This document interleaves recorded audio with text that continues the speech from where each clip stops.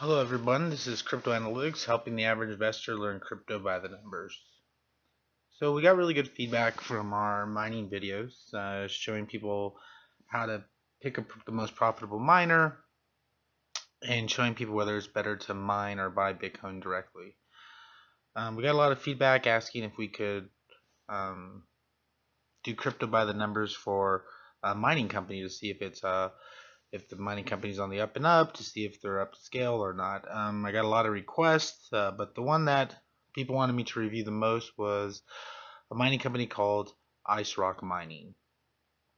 So what we did was we reviewed the white paper, reviewed the Telegram group, reviewed a lot of their YouTube channel videos, and we came to a conclusion. So what I want to do is show you the conclusion that we came to and kind of let people know what type of profits to expect, what not to expect, and let people make their own decisions.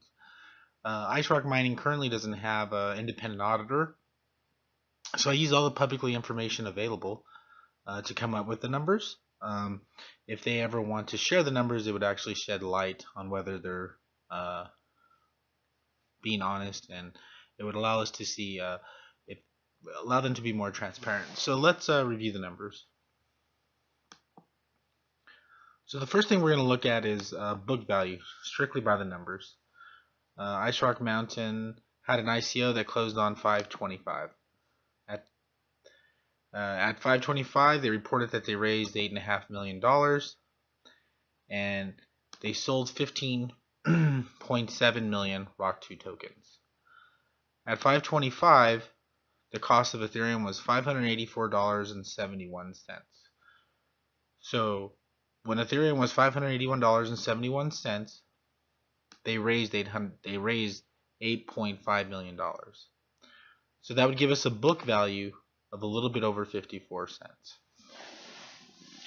So that would be a red flag that we would look at. Ice Rock Mountain, at the time of their close of their ICO, they were stating that the book value of the ROC2 token was $1. But in reality, when all was said and done, how many tokens they gave away for free, how many tokens they sold at a discount, and how much money they made, the book value of the ROC2 at the close of the ICO was a little bit above 54 cents. So using those numbers, we're going to look at what the book value of the current ROC2 token is. So as of January 9th, Ethereum is listed at $134.71. The same number of ROC2 tokens is still outstanding. The price decline of Ethereum is almost 77%. So that would leave us with $1.9 million. The remaining book value is a little bit over 23%. So the current book value of the ROC2 token, if they had all cash on hand, would be 12 cents per ROC2 token. So that's a huge steep decline. Now, I looked all through Ice Rock Mountain's white paper. I looked through their whole entire YouTube channel, and it didn't look like they bought any derivatives or hedged their holdings at all to stop the number from 8.5 going all the way down to $1.9 million. Now, what would be good is if Ice Rock Mining again had an independent auditor. They would open up their books. They would be transparent and show the investment community if it's true, if they had a hedge, or if the actual money they raise is now worth 76%, almost 77% less than what it was. That would be really, really good if they could open up their books. But just going off of the numbers, the current book value would be 12 cents per ROC2 token. So now we're going to look at, they said they would buy 5,000 miners. So what we're going to look at is the profitability of the miner and what to expect as a payout for the ROC2 token. So we broke this out in different sections, and we're going to review each section. So according to the white paper, Ice Rock Mountain said they were going to buy the S9. They were supposed to buy 5,000. There was a big delay about that, a lot of confusion. They said they were going to hold out till the new miner came out, the T15 and S15. They still haven't bought it. They said that they're going to stick to the S9J. They still don't have 5,000 miners on hand, but we're going to review the numbers just so people can understand the payout and what to expect. So what we did was we listed what Bitcoin price would be at 3 million, 4 million, 5 million, 3,000, 4,000, 5,000, 6,000, 7,000, all the way down to 14,000. They currently say they're buying the 14.5 terahash. At current difficulty, as of 1.9, the most you can mine per 14.5 terahash is 0.2369 Bitcoin, which would give you a yearly gross profit of $710.70 at 3,000. At 4,000, what the current price is currently around, it would give you a gross profit of $947.60 per miner. Let's go to the cost structure now.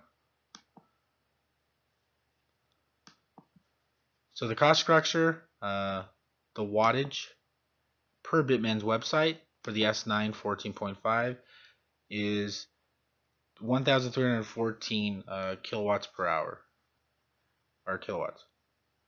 The cost structure that Ice Rock Mountain said that they have is 3.5 cents per kilowatt hour. They're obviously not mining in the mine. When I reviewed all of their paperwork and I reviewed their white paper, they said they were getting that price because it was in a rural area, an agricultural area. They've since moved. They haven't told us where they're at. We don't know if they're in an agricultural area, but like I said, it would be really good if Ice Rock Mining could share the cost structure, can share the expenses, and they could actually become transparent, because now they're contradicting, saying that they're still getting the same price, but in the first videos and in the white paper, they said the only reason why they were getting that price was because it was in an agricultural area. So if they could tell us how they got the deal, or they could be more transparent, that would be great, because right now that's a little bit of a mystery. But the electricity costs with this wattage and 3.5 cents kilowatt would be $402.87 per year. So the electricity cost per SJ9 14.5 is $402.87 per year. The cost of the miner from the Bitman site is $392 for the total initial yearly cost of $794.87. So what does that mean? The first year of mining, your total cost with just electricity and the cost of the miner is going to cost you $794.87 per miner. Okay. Now let's go to the profit structure. So now we're going to the profit structure. And what this is going to tell us is what the numbers look like when they take it out per miner. Okay. So when we take out just the electricity cost per miner, Ice Rock Mountain is going to take the profit when we take out just electricity. So not the cost of the miner, just the electricity cost. Because what we're going to do now is what it's going to look like when they take it out, and then what your actually profit will be, right? So first is Ice Rock Mining is going to take a cut from the beginning, because when they get paid the dividends, they're going to take a cut from what you get paid. But the back end, you still have to make up for how much you paid for the miner. So we're going to do it both ways so people can kind of see what the profit they're actually getting. So we'll do the 4,000 one because currently it's around 4,000. Bitcoin's around 4,000 per Bitcoin. So after electricity costs, you're going to make $544.73 per Bitcoin. Okay, now the 20% reinvestment, that's supposed to be bought on new miners. But I reviewed their white paper. They strictly say that this 20% is supposed to be set aside to buy new miners every month. But what we know now is they don't even have the capacity, or they don't even have 5,000 miners like they promised.